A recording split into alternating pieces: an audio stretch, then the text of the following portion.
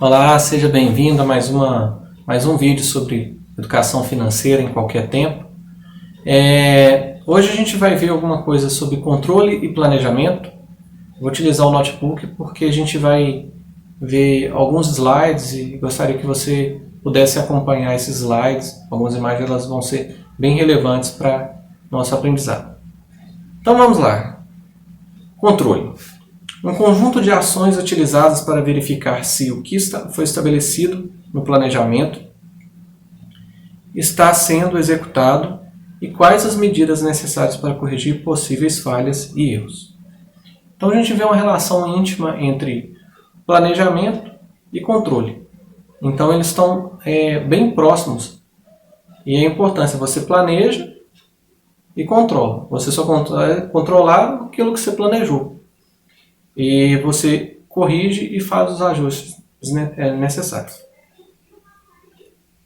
Para começar, vamos ler algumas escrituras em Provérbios 21, 5 e 15, 22.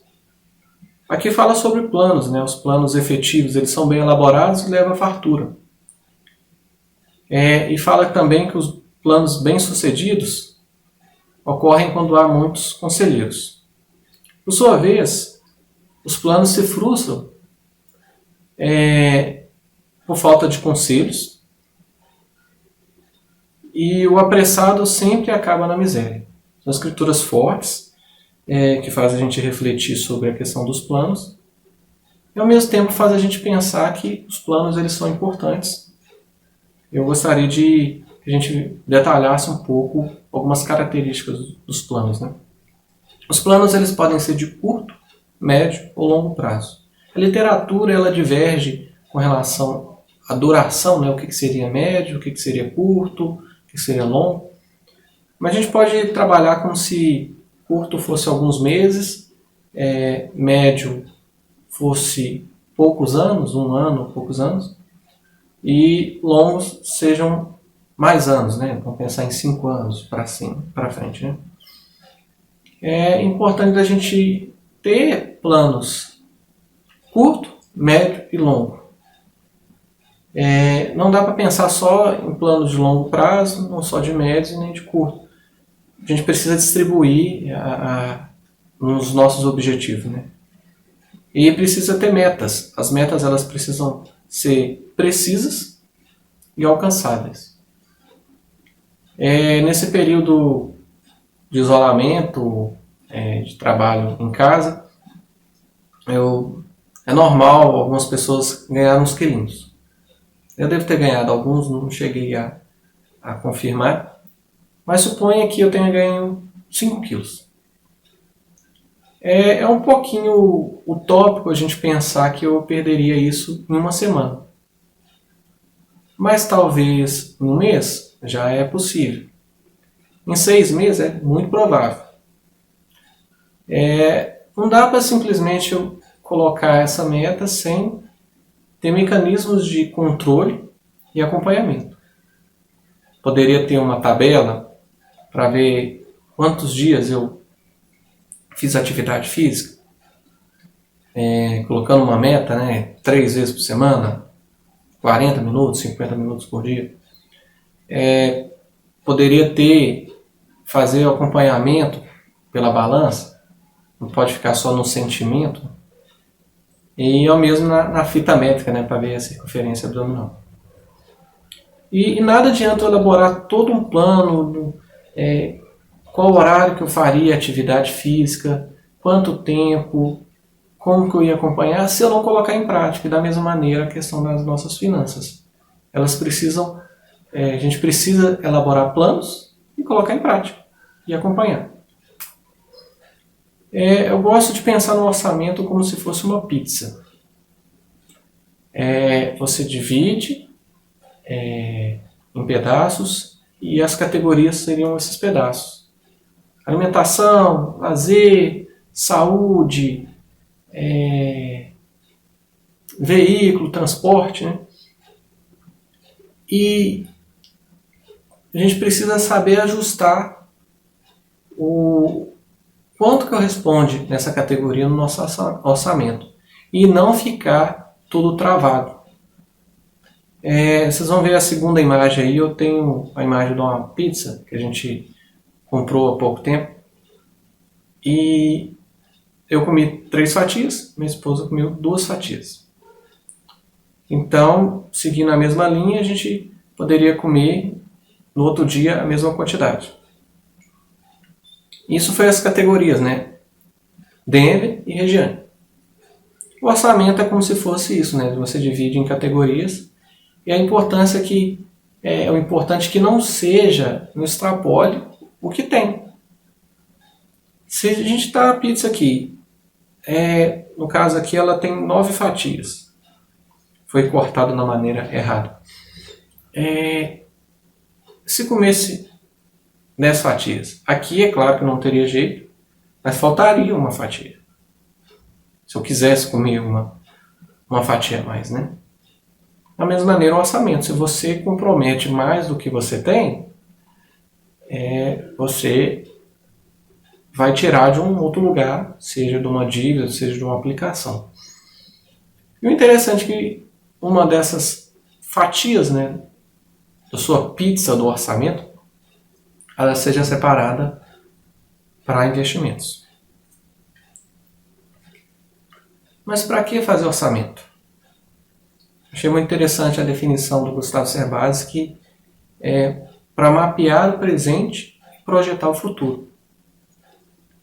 Então, dá uma ideia de criar o futuro, né? De pensar no futuro. É como você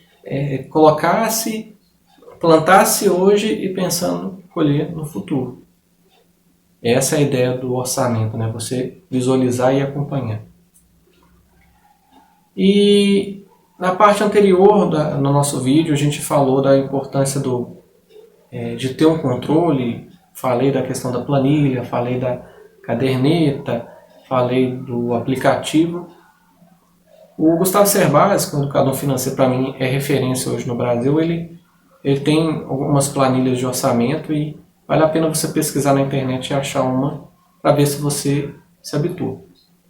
Hoje, nós utilizamos um aplicativo para celular, para smartphone. Ele chama Minhas Economias. A gente usa esse aplicativo desde 2016. Tanto eu como a minha esposa usamos. Temos uma conta em comum, tem um cadastro em comum. Então o que ela lança, eu vejo, o que eu lanço, ela vê. Então a gente consegue acompanhar em tempo real. Então vocês vão ver aí na tela agora um print que eu dei de um dos lançamentos no dia 2/6, da oferta, do posto de gasolina, da padaria, do salão de cabelo.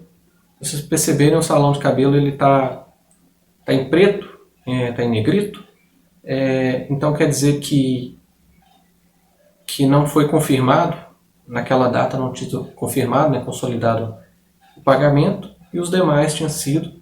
Eu coloquei uns valores, deixei alguns valores visíveis para vocês terem uma noção. Quando eu falei de categorias, vocês vão ver a tela agora nesse slide, no dia 3 até o dia 5 de junho, tinham 4 categorias: patrimônio, pessoal, transporte e outras categorias. Já no final de junho, tem casa, patrimônio, pessoal e outras categorias. Então modificou no decorrer do mês as despesas, né? A partir das categorias. Mas o meu orçamento ele não se baseia em apenas 4 categorias. Aqui, por exemplo, vocês vão poder ver, tem 3, 6, 9 categorias. Acredito que na prática a gente esteja usando 12 categorias de despesa. E aqui o total de despesa no final de junho, alguma coisa, R$ 286. Então foi o que foi gasto, ou previsão de gasto, até o final do mês de junho, que é o mês que está sendo gravado esse vídeo. Ele permite também a gente visualizar as contas ativas e contas inativas também.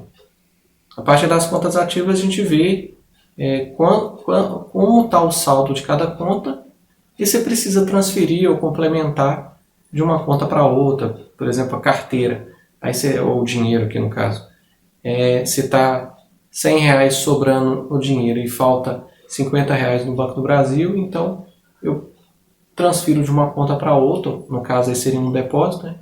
E faço o ajuste. Se vocês verem, no dia 5 de junho tinha alguma coisa, R$354, era o saldo de todas as contas, e a previsão do final de junho é de R$180. Então isso permite um controle assim, bem preciso, e basicamente o que a gente tem que fazer é: comprei, lancei. Recebi, lancei. De acordo com a categoria. E aqui a gente adota uma estratégia, tem 24 horas para lançar. Então a gente tem sido bem zeloso, bem cuidadoso nesse aspecto. No final desse vídeo, vocês vão ver, melhor na descrição desse vídeo, vão ter 2 sugestões de vídeos que eu acho que vale a pena dedicar um tempinho para assistir. Um falando sobre o custo do tempo.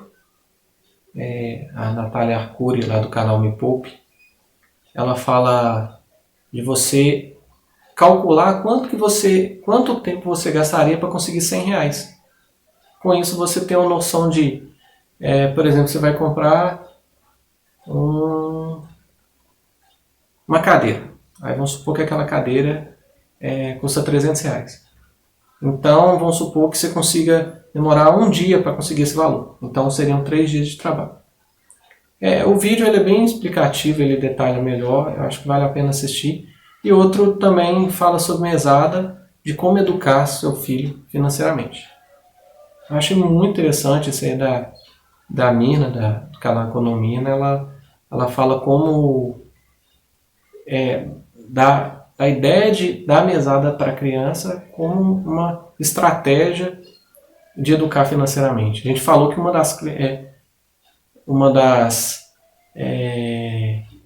dos pensamentos, né, limitantes, né, seria a questão dos pais não educarem. E muitas vezes, vocês que são pais não educam seus filhos financeiramente. E a mesada é um mecanismo bem interessante.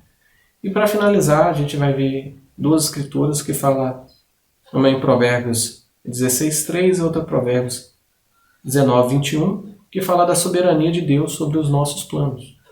Então a gente pode ter vários planos, mas o final quem vai definir é Deus, né? Fala assim: consagra, Senhor, tudo que você faz, e seus planos serão bem-sucedidos. Continua: muitos são os planos do coração, mas o que prevalece é o propósito de Deus. Então que você tenha ótimos planos, possa ouvir Deus mostrando quais são os planos dele para você, e você possa ter crescimento nessa área financeira. Até a próxima aula. Um abraço.